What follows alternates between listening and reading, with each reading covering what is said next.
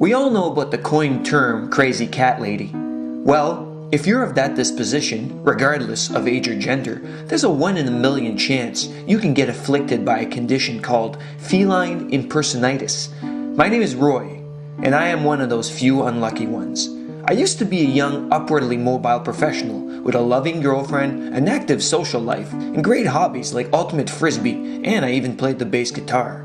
Now my life consists of napping 18 hours a day, looking for bugs in particular spots, even though I know very well that the bug has migrated to another location, pining for birds while looking outside my window, and spending all of my time with my cat Rochester, whom is now essentially my entire social circle, and whom is now essentially my equal.